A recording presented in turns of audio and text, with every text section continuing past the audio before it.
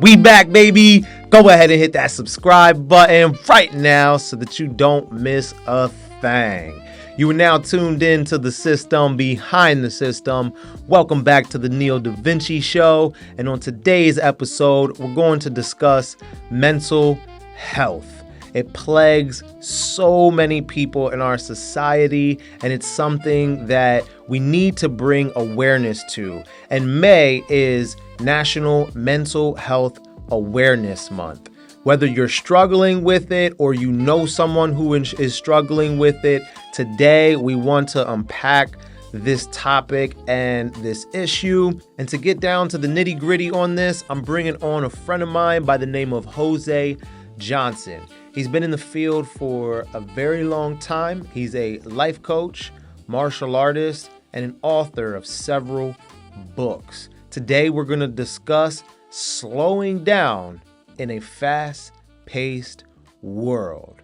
Without further ado, buckle up your seatbelts and let's get started. I'm glad to have you on the show to unpack what is really this thing about mental health and how it's plaguing people these days in 2026. I look around, and even with some of the clients that I work with, they're working on their fitness and their health and their wellness, and it improves their mental health. But there's still that little bit of struggle outside of the gym. What have you seen in some of the people that you've worked with, some of the things they're struggling with, and why? Well, I mean, there's always the age-old struggles, there's always anxiety, there's always depression, there's always fear, there's always self-doubt. I mean, all these things they're kind of hardwired into our brains. And everything that's in there serves a purpose. Uh, but what happens is it's kind of like the brain is it's not functioning optimally. And this is what causes some problems. And often we will allow these kind of ancient programs that have been implanted in our brains to, our past is driving our future as opposed to, we're creating our future for ourselves. Yeah. So, for me, and that's also ties into why I stopped running my school so much and began doing this, is because that's actually what I was doing. I found that most of the problems that people were having learning and improving their health were because of some mental dissonance, there's some cognitive dissonance. So helping people to get past that and opening the scope up so that I wasn't just relying on one singular methodology to be able to create change in people's lives, so to be able to let them see it as a holistic concept. But I think that the biggest thing that we're seeing right now is this uptick in diagnosed stress, depression, Yeah. anxiety, those kind of standard. I don't want to. They're not so much pathological, but they're sort of these conditions that have increased, as opposed to things that are more the concepts like autism or schizoaffective disorders or Right, things like right. that, where those are kind of these clinical diagnoses. I mean, certainly those are on an uptick as well, but for the average person, out there, that I can't, you can't walk into a room without having someone suffering from stress, overload of stress. I don't want to say stress because stress is actually not a bad thing, but an overload of stress, stress mismanagement, anxiety, depression. Those are like the big ones. And everybody suffers with them at some point in time. It's just some people are either better at dealing with it. They've got a regimen, they've got their processes, they've got a coach, they've got a mentor, they've got a psychologist, psychiatrist, so they're managing Mhm. it. Then there are people that seem to be okay, but it's just because they're masking the symptoms.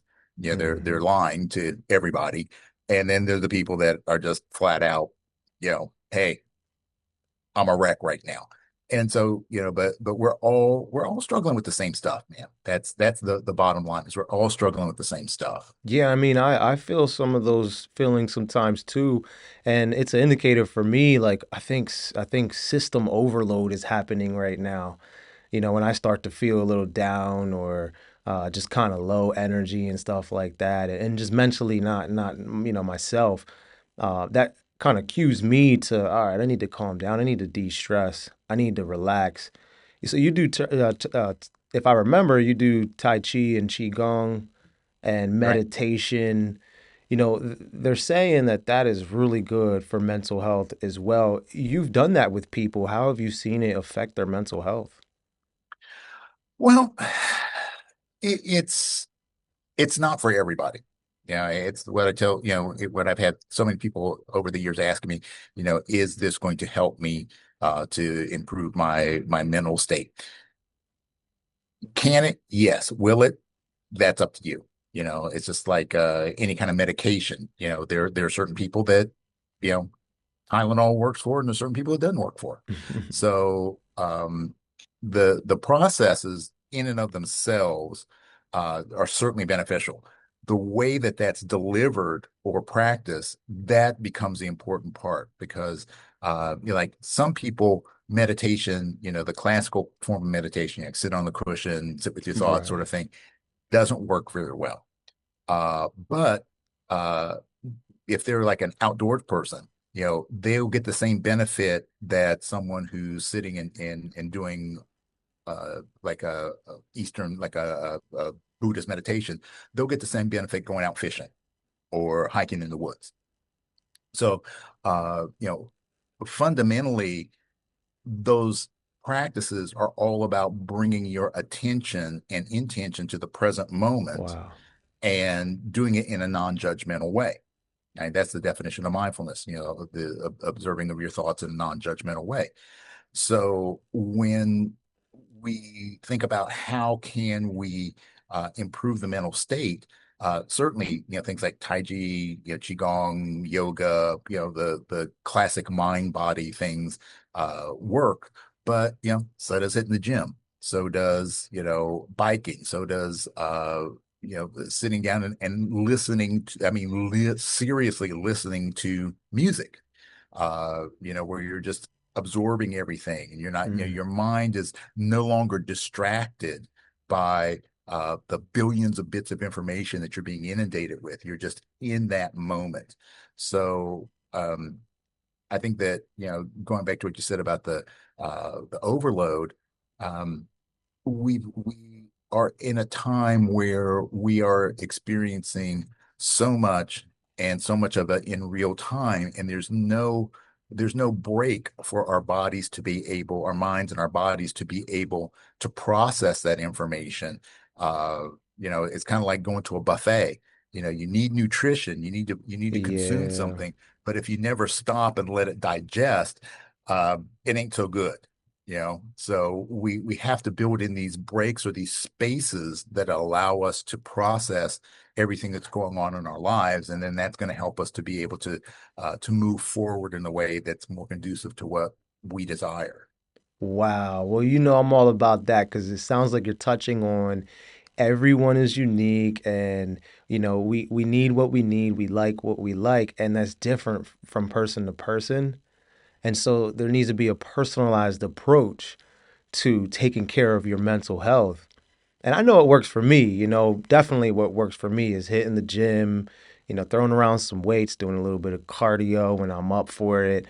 And it's just my way of slowing down and being in tune with myself. There's a couple other things I can think of, but why do you think people struggle to like just take it easy and slow down sometimes in life these days? Well, we've created a culture like the hustle culture, the doers culture, and not saying there's anything wrong. I mean, I'm a big proponent of there's no such thing as an absolute. There's nothing that's truly, good or truly bad. It's just all in the application. Yeah. So there are times in our lives where we got to, you got to get up, you got to grind, you got to do the work. But then there's times you have to rest. I mean, that's the cycle of nature, and that's, I guess, why I'm so And we um, have to rest our minds. drawn.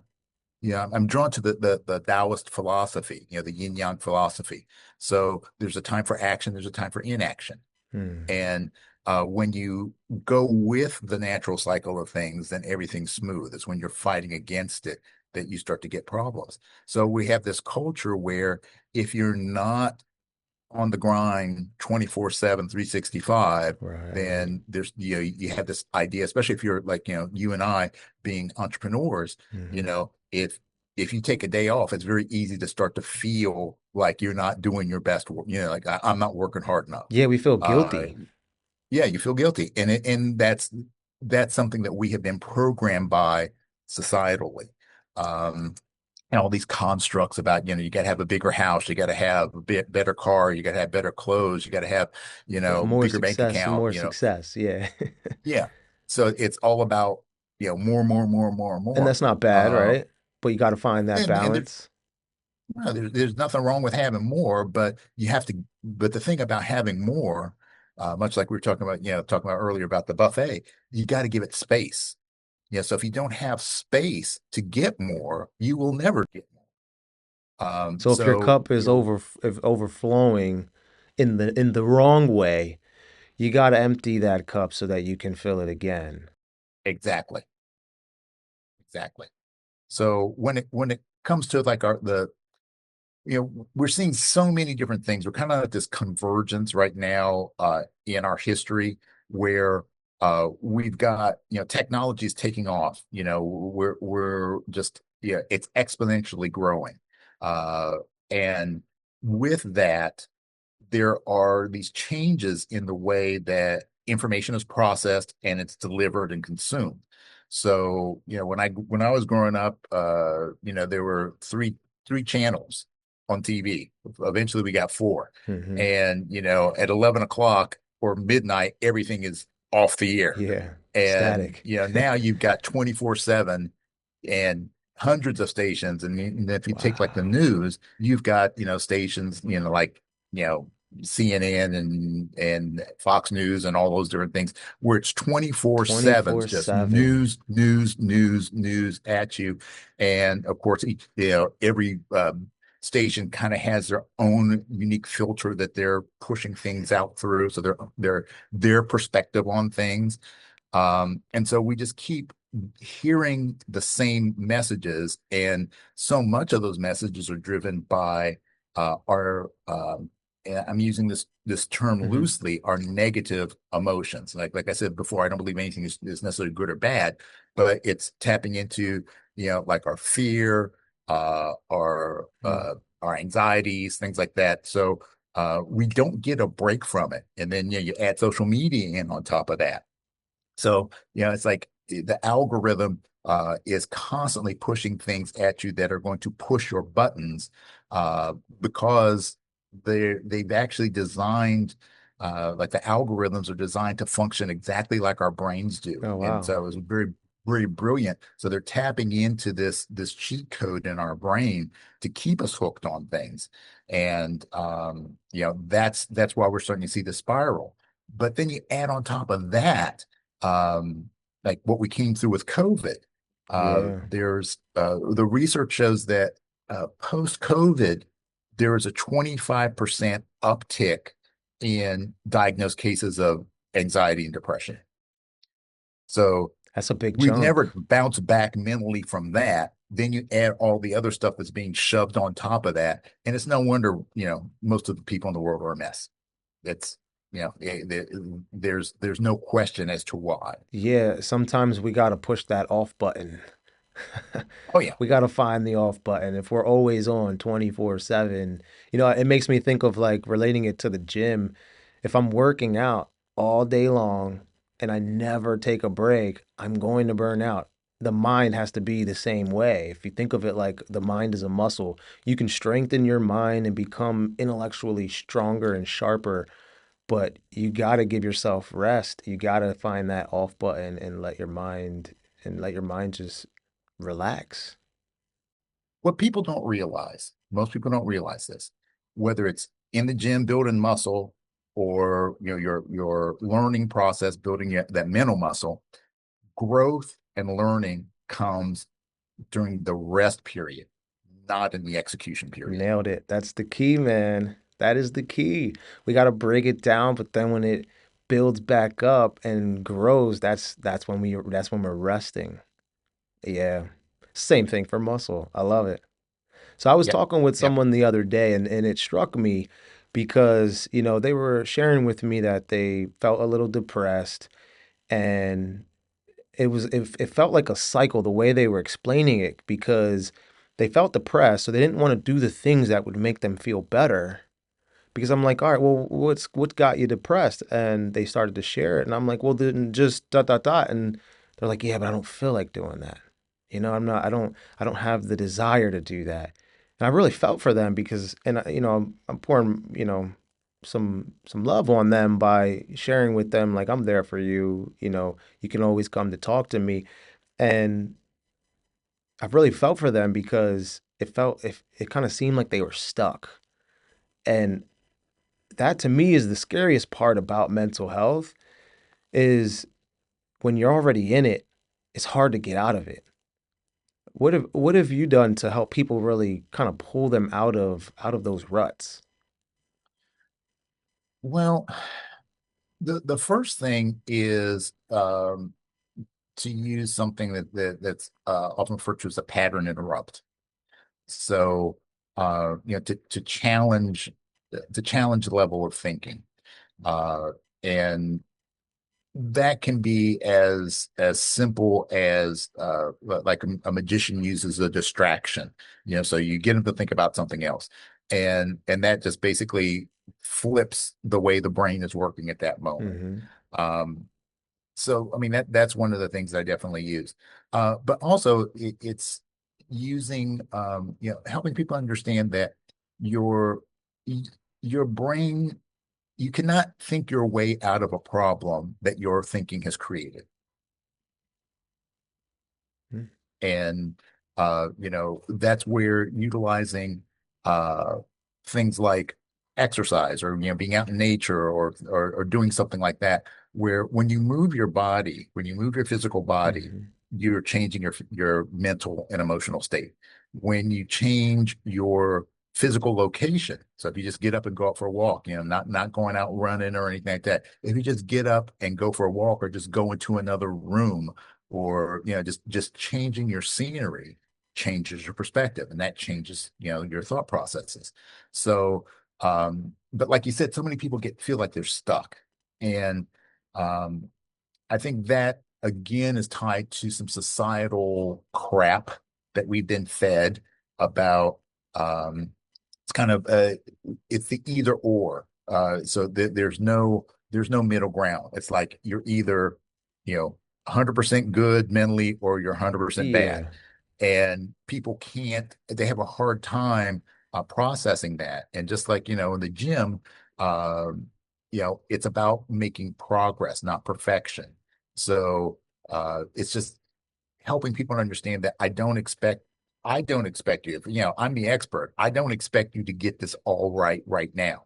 I just want you to get one thing better. That's it. It doesn't have to be completely right. It just needs to be better. And encouraging that, and then allowing people to just take step by step by step and build momentum. And I mean, that's the key. It's not a sprint, it's a marathon. But it's just about Mm. taking one step after the other. And then for me, just being mostly encouraging, sometimes confrontational. I will be very, very quick to call someone on their BS. But it's just helping people to see that we are this multidimensional being, and there are a variety of ways it will work. So I will work with a client, whether it's an individual client or even a corporate client, working like, okay, let's look at this, and if this isn't happening yet, then let's maybe switch our focus just a little bit. So it can seem disconnected on the surface, but everything is always about creating a specific mindset that's going to allow for growth and it's going to basically leak into all of the other areas. So, I mean, that's kind of my approach. It's very individualistic.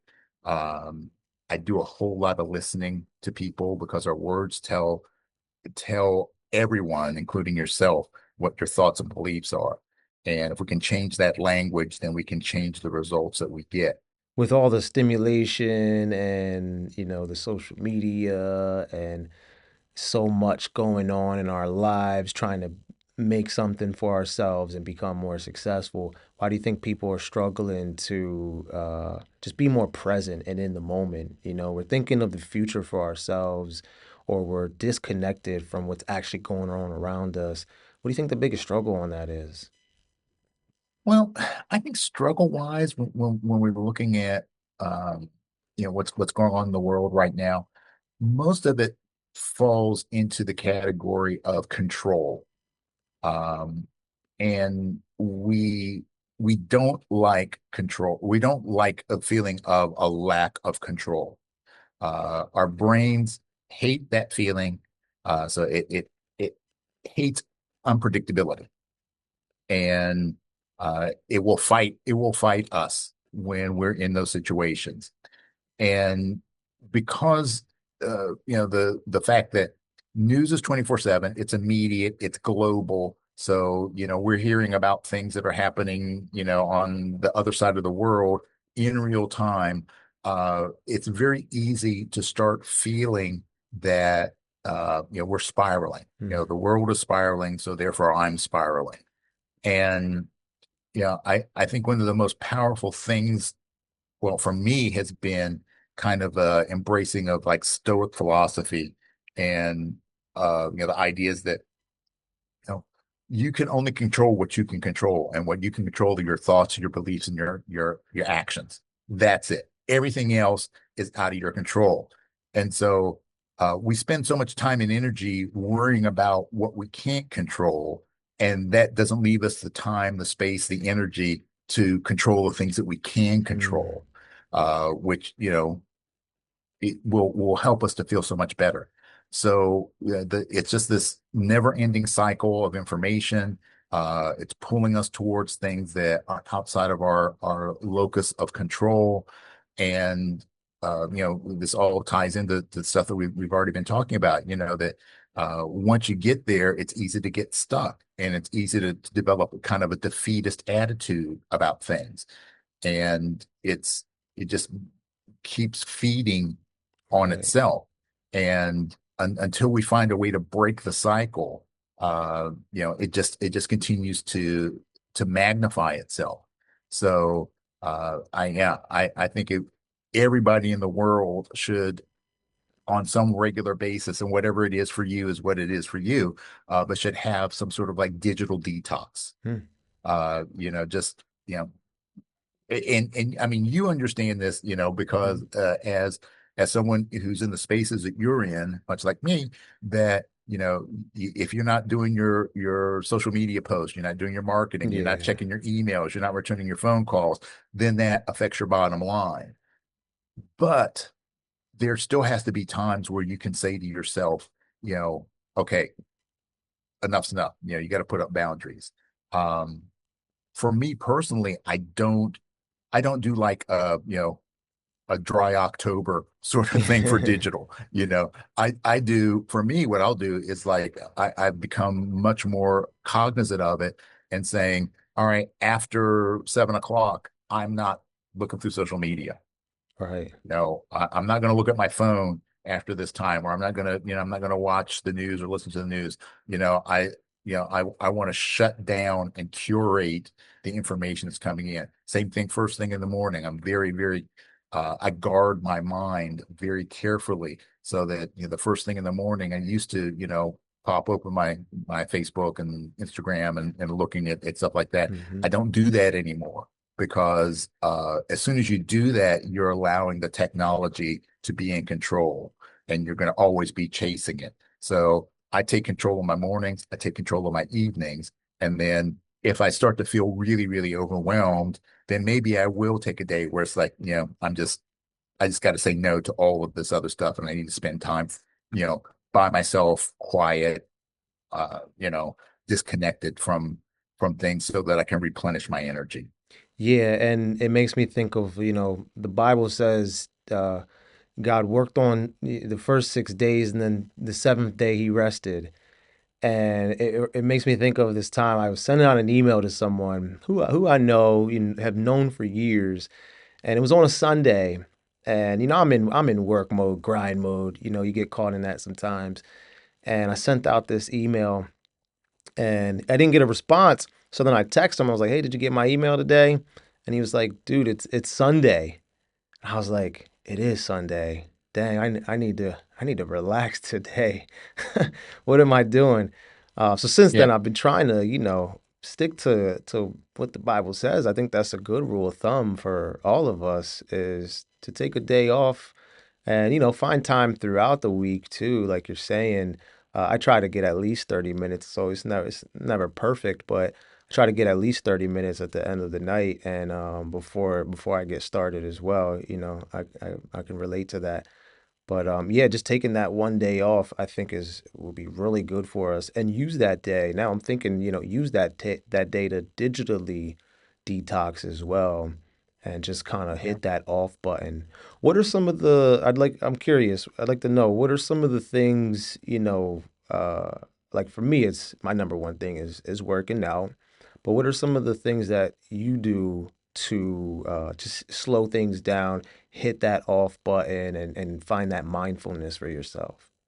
Uh, See, I'm kind of weird. Uh, what I and this goes back to my days when I was transitioning between being a competitive athlete to a coach. When I was a competitive athlete, I trained like a demon. You know, it was my training regimen was insane. I can Uh, relate. and then when I switched over to being a full-time teacher, I was traveling all over the place teaching, you know, daily basis, different locations, going and teaching workshops, you know, God knows where. So it was just constant go, go, go. And I wasn't able to train the way that I used to train because I didn't have the space. I didn't have the time. You know, I'm out, I'm working, you know, 12 hours a day, Hmm. whereas I used to train 8 hours a day. 8 to 10 hours a day was my typical day of training. So, you know, there just wasn't enough time. So I started to look at things differently instead of saying, okay, this is my training time and this is my work time Right. and this is my family time. I started to think about how looking at the smallest portion of an action or a movement, the practicality of it. So I would work on my balance when I'm brushing my teeth. I would, you know, work on my like some small action of my hand, like my wrist. I would, you know, do that while I'm driving or while I'm waiting in line or something. I started to find ways to stack my practice on existing Love habits it. that didn't require me to be completely engaged in things. So then everything started to become my practice. Is that And the martial artist in you? I'm just wondering. it is. It is. It's a big part, but also the same thing has crept into my music and everything. It's like I look for opportunities to incorporate concepts so that whatever I'm doing it in an effort to advance myself. Whether it's, you know, like for music, maybe it's like the rhythm of my walking, or Hmm. maybe I'm trying to fine tune my ears by listening to things, like trying to pick out specific frequencies, or to listen for, you know, to remove uh distractions and focus on a specific sound. So there's all these different ways that I could practice mindfulness, because that's basically what it is. I'm choosing where I want to put my attention and my focus, and I'm doing it. I'm doing it in that present moment. So, yeah, and that actually led me to write like my first book that I wrote back in 2019, at least in 2020. Yeah, because it was right before What was the COVID title hit. of it? Mindfulness Secrets. Got you. And it was all about it's called the subtitle is 90 Ways in 90 Days. That when we think about mindfulness, the tendency is just to think about the classical ways, but I kind of laid out 90 different ways that you can practice mindfulness. That's a And nugget it's right about there, fun. Jose. That's a nugget, man. Yeah. So, it's like, if you love to cook, you could be a mindful chef. When you're in the kitchen, you can you're already, people when they get in the zone, they're focused on what they're doing, but you can start to add other things in, like, really bringing in your sense of smell, bringing in, how does this pasta sound when you snap it, or what's the sound of the bubbling, and so there are all these different senses that you can bring into that moment, which is mindfulness. So for me, I've kind of created a life that I've designed a life fundamentally that allows me to work on these skills, to improve these skills through everything that I do. Um, and then, the thing that made everything click was that understanding of what we're just talking about, that things do not get embodied while you're doing them. They get embodied in the rest phase. So, um, even though I do a lot, I still have to be very precise and very dedicated and committed to giving myself my time. Now, it doesn't mean that I have to take a day or a week, but it's about the consistency. So, for me, if I spend half hour in the morning, half hour in the evening, then that's all I really need, unless, something really crazy going on. But it's just every day I have these rituals, and they keep me grounded and they keep me balanced. I can totally relate. And for anyone who's listening who doesn't necessarily have a ritual established, I would say the first step is just taking a small step, finding one thing that you can do that's easily attainable. That's how I start anything new. Is something that's easy to do that I can do every single day, and then I let it grow from there and make it about what you need, right? Yeah. It's about stacking the wins, man. Everybody's too concerned about stacking paper. It's about stacking your wins, and the small things. There's a Stanford professor, BJ Fogg, and wrote a great book called Tiny Habits. And that's his big thing. It's about when you want to create a change, that you want to create these habits, and it's more a little more complicated than what I'm explaining right now, but basically it's like, okay, think about the one thing that you can commit to do every day, and you need to make that commitment so simply stupidly easy that the only way you could not do it is if you intentionally decided not to do Mm. it. So, like, he started a fitness journey by saying, yeah, I want to get in shape, and I want to lose X amount of pounds, and I'm going to start exercising, and I'm going to do one push up every day. Mm. Now, as a trainer, one push up doesn't do a whole lot for you, Right, right. but one push up does do a lot for you if you were doing no push ups, And then it because usually leads into it's like, two push-ups.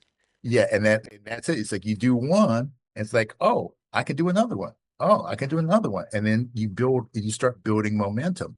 But physics, the Newton's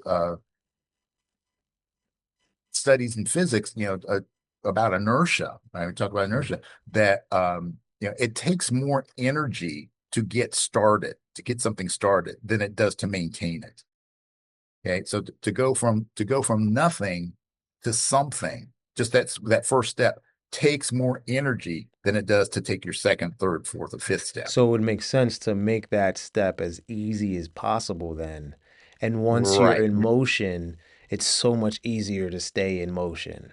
Exactly. Awesome. That's how I start everyone off on a fitness journey. And I've had people come in and they're like, we do a couple workouts and they're like, I thought I was gonna have to like suffer by now. And I'm like, you did the hardest part. You walked in here already. Like we're gonna make this easy, and as time goes along, this is a lifelong journey. This is a lifelong fitness journey. As time goes along, you'll get stronger. We'll do harder Yeah. things, but it's like they expected to have to suffer and burn and hurt. And I'm like, no, we're gonna take it easy. We're gonna get you going, and once you're in motion, those 3, 4 push-ups turns into 5 and 6, and next thing you know, you're like a train, moving at 1,000 miles an hour. Your brain is no different than your body. Well, brain is part of your body. And we've got the urgent, kind of needs, like if you think about, injuries and things like that. If you fall down, you break your knee, you catch the flu or something like that, you will go to the doctor. Hmm. Uh, but when we're dealing with the mental side of things, we're just so hesitant to seek help. And I think that's a major disservice that we've done to ourselves as a species, of creating this negative stigma about mental health. Like I said before, there's any emotion that you feel, any thought that you have, Hmm. any state that you're in is natural. Those things are natural. And I'm not talking about people that are suffering from things like schizophrenic, Yeah. like schizo disorder, any kind of diagnosed uh situation like that. Yeah. I'm talking about for the average person out there who just dealing with depression and anxiety and stress and all that sort of stuff. We're just so afraid to go seek help for those things, even though that help, it could be simple as seeing a coach. It could be going to a therapist who's going to put you through a specific process, like some cognitive processes, or seeing a psychologist or psychiatrist. Getting in some cases, it may be that you have to get on some meds. Okay, but any of these things are going to help you to live a better quality of life. But if you don't seek the help, things will never get better on their own like that. If you started that spiral, Hmm. it's going to stay stuck in that spiral until something breaks it. So I think that the most important thing for people to realize is that whatever thought you're having, somebody else is having that same thought too. So you're not weird. You're not you know the Right. one case in the universe. We're all going through the same stuff. I think that's one of the most powerful messages when it comes to mental health and mental health awareness. Like if you're experiencing it, or if you see someone around you or know someone experiencing it, it's just making sure they don't feel alone in how they're feeling, because we've all been there at one point in time. And if you haven't, you'll probably be there at some point. And in the world that we live in, with all this social media and connectivity, it just feels more lonely than ever, right? Because we're not actually connecting, in person with people. And I think that's one of the best remedies, is just bringing back that connection with people. There was a study I read, and you've probably read it as well, that the biggest indicator for longevity of our life is our social connections, and I can imagine just, feeling alone, feeling depressed, like that doesn't feel good. So I think that Yeah. one of the biggest messages we can send to people in just raising awareness is, make sure the people around you feel connected and don't feel alone, or like they're the only ones that feel that way. And if you're in that situation, you aren't alone. And don't be ashamed to seek out the help that you need. Because we are social creatures. That's where we've been, since the dawn of time. We're social creatures. Now everybody's need and tolerance for for social interaction is It different. varies. I'm fundamentally an introvert. I mean, that seemed that way, because I'm running my mouth, but I'm fundamentally introvert. I get My energy is restored when I am quiet and alone. Mm, But I've trained myself to be an extrovert as well because of the Hmm. nature of the work that I do. Um, so for me, uh, I can go I can go a weekend without talking to anybody, except for me and my cats, right? And I would be fine. But if it goes a little bit past that, then I start getting a little nutty, right? My wife is an extrovert, and so for her, she does not like to be alone. She does not like silence. But there are times when she's just like, "Will you please go somewhere and do something Right. because I need a I need moment. my space." Yeah. So, there's no hard and fast rule, but the hard and fast rule, I mean, in terms of timing, but the hard and fast rule is that we do need connection. And how that shows up is going to be different for each person. But then also on top of that, the Harvard study definitely was focused in on the strength and the quality of our social connections.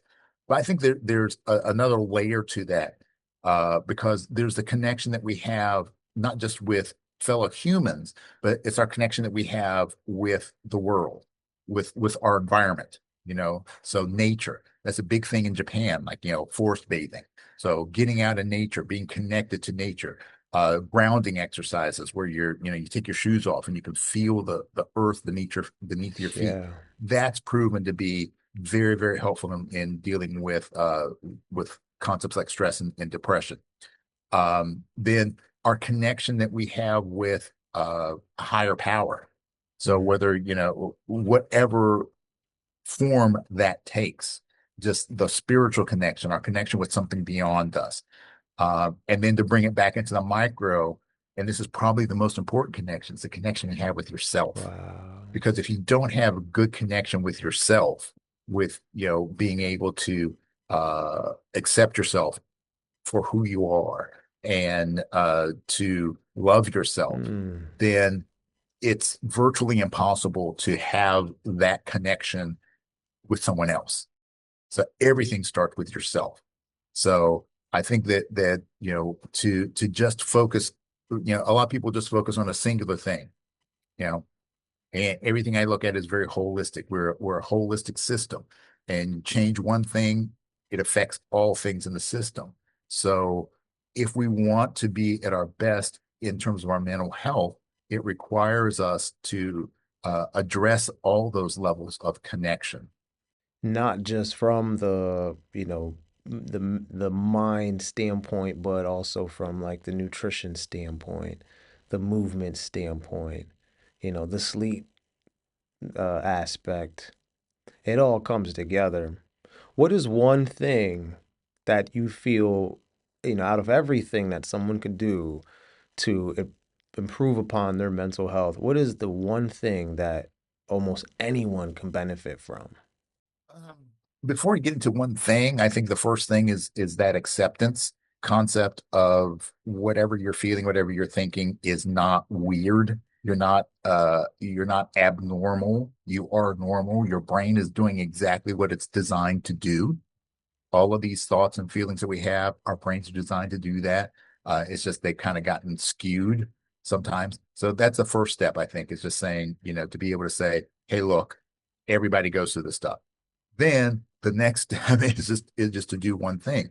And I think for most of us, it's about slowing down in some way, shape, or form, Okay. whether it's taking a leisurely walk, leisurely bike ride, eating a leisurely meal, just slow down and try to be present.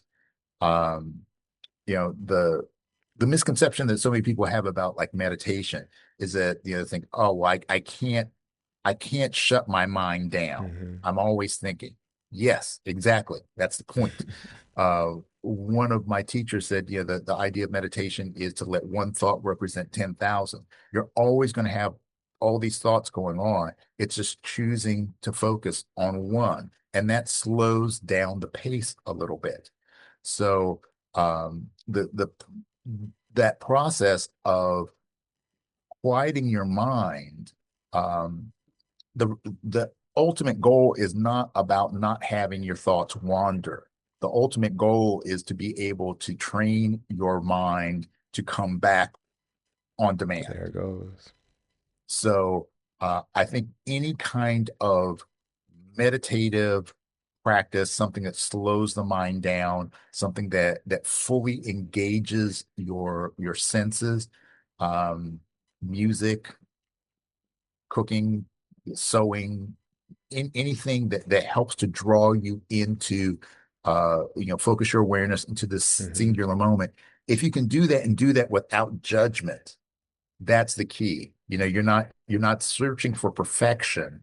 You're just searching for you're living an experience. So if you can do that, that goes a long way uh, towards helping you to balance your mental and your emotional states. Love it. Jose, I still have one of your books sitting in my bookcase at home. I can't remember which one it is. It's the one where it has like the space background and the mind with the illustration of like, That was probably Mindset Makeover. That's my last one. Yeah. still have that one, but I hear you have a new book on its way. No, that the Mindset Makeover is my new book. The first one was the Mindfulness Secrets. They both have brains on it, so Okay. go figure. I kind of break down some of the most common traps that we find ourselves in. For example, like the scarcity mindset versus the abundant mindset. So if you have a scarcity mindset, you're always going to be afraid that you're not going to have enough, and that can manifest itself in like financially, can it manifest itself as hoarding, or it can manifest itself as becoming obsessed with making more money, because no Mm. matter how much money you make, it's never enough. You see this so often with people that are uber wealthy. It's like, dude, you've got more than enough money for yourself and your family, for generations to come. Do you really need to make another $1 billion? Couldn't you just give that to somebody? Mm. Yeah. And that all comes from a scarcity mindset. It's like, if I give it to someone else, then I'm not going to have it. And it shows up in our time and how we manage our relationships, as opposed to the abundant mindset, which is, that whatever you need, whatever you want, uh, the universe has more than enough for you and for everybody else. So it breaks down each of the those common pairings, how they show up, what the pros and cons of them are, and then how to make those shifts. Where can everybody follow you and check you out at? Website is josejohnson.com. I'm on YouTube, Facebook, Instagram, LinkedIn, TikTok, Substack. All over. All of those are at Coach Jose Johnson. So my handle is the same across the board. So josejohnson.com, or search for me on social media at Coach Jose Johnson. All right. I appreciate you, man, and let's stay connected. All right, man. And I'll get you a copy of that book. Appreciate it. Take care. All right. So there you have it. Our physical health is important, but so is our mental health. We are multifaceted, not just one lane.